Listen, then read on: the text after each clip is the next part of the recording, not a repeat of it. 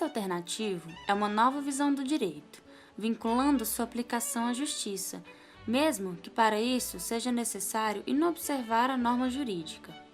Sem ética e justiça não há direito. É dessa premissa que o direito alternativo parte, dizendo assim que não deve restringir-se em analisar a letra fria da lei, mas sim dar preferência na interpretação da norma, ao justo e à realização da justiça, já que sem ética e justiça não há direito. Seus seguidores entendem que a lei é importante, é referência de base, mas não representa tudo.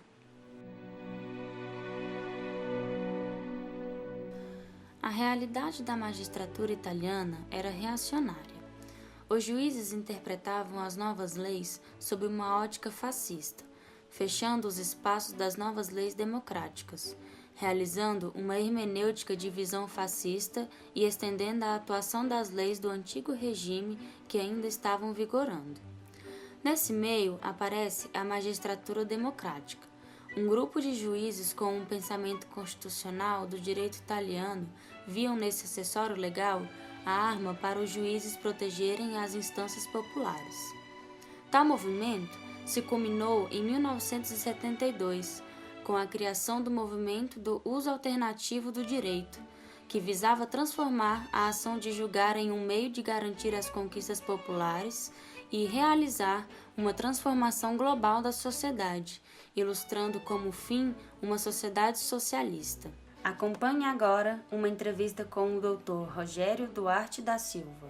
Veja, quando a gente coloca sobre o direito alternativo, alguns pontos têm que ser esclarecidos. A interpretação do direito ela é algo aberto. Mesmo quando você pode pegar um juiz legalista, um juiz que siga estritamente a lei, ele vai fazer algumas interpretações do que está previsto ali, de uma forma, pelos conceitos que ele já tem, que podem até ampliar aquilo que está previsto. E você pode não chamar isso de direito alternativo.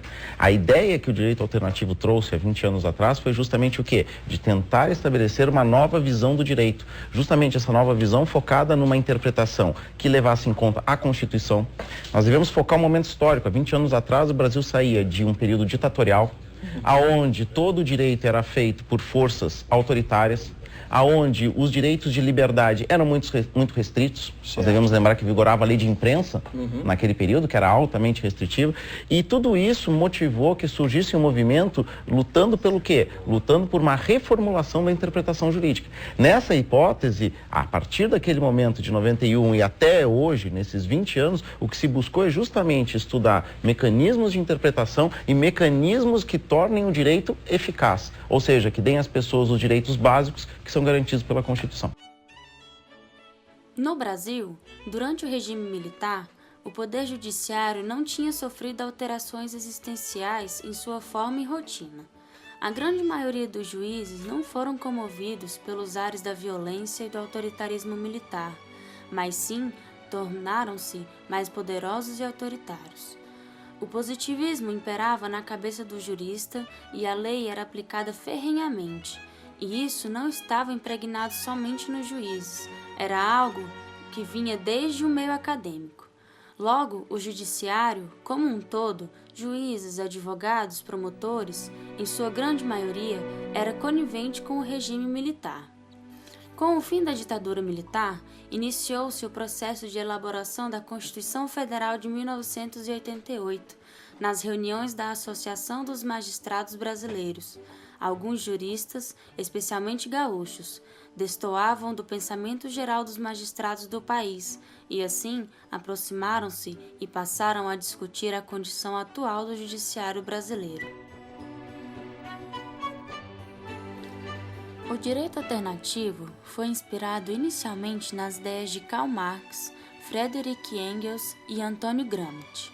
Porém, sua base teórica é o marxismo, ou postulados marxianos, o que convencionou denominar este movimento de neomarxismo. Os principais representantes do direito alternativo hoje são os magistrados, promotores, defensores, advogados, juristas e operadores do direito em geral. O direito alternativo busca a construção de uma sociedade mais justa e solidária, indo contra a aplicação puramente esquemática e técnica da lei. Pelo olhar desse movimento, a lei não deve ser vista como um fim em si mesma, mas sim como um dos meios de que se serve o direito para alcançar a justiça.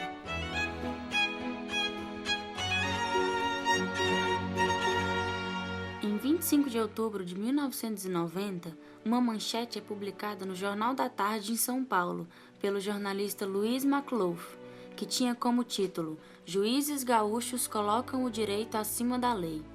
Esta manchete visava atingir e desmoralizar o magistrado Hamilton Bueno de Carvalho e seu grupo de estudos de direito alternativo, fundado em 1987. A notícia não surtiu êxito nos seus propostos, tornando, ao contrário do esperado, o movimento mais forte. A partir desta data, é considerado o início oficial do chamado movimento do direito alternativo brasileiro. Este ganhou extrema força na década de 90, chegando a realizar 2 encontros internacionais de direito alternativo em Florianópolis, Santa Catarina. O direito alternativo não deve ser visto como uma ciência isolada. Ele tenta demonstrar que o direito não pode ser devidamente entendido, explicado e praticado se não for analisado dentro da perspectiva global das ciências sociais. Prega que o conhecimento jurídico é provisório. Sendo assim, novos conceitos e pré-definições podem surgir a cada dia. Os valores levados em considerações no momento da prestação jurisdicional são sempre mutáveis. Tem como proposta informalizar o direito e simplificar ao máximo a linguagem utilizada na prática forense, pois grande parte da população encontra-se privada do amplo e eficaz conhecimento acerca do que ocorre no Poder Judiciário, devido à sua linguagem rebuscada. Os alternativistas têm em mente que é impossível obtermos um Estado sem leis. Pregar a anulação do ordenamento jurídico é correr-se o risco de ver instaurada a tirania.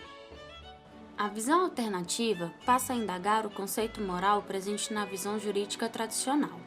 Considera descabida a teoria do mínimo ético, muito pregada pela doutrina tradicional, com o seguinte questionamento: como se exigir de uma sociedade tão desigual que todos os seus setores obedeçam às mesmas regras e tenham em vista os mesmos valores morais e éticos?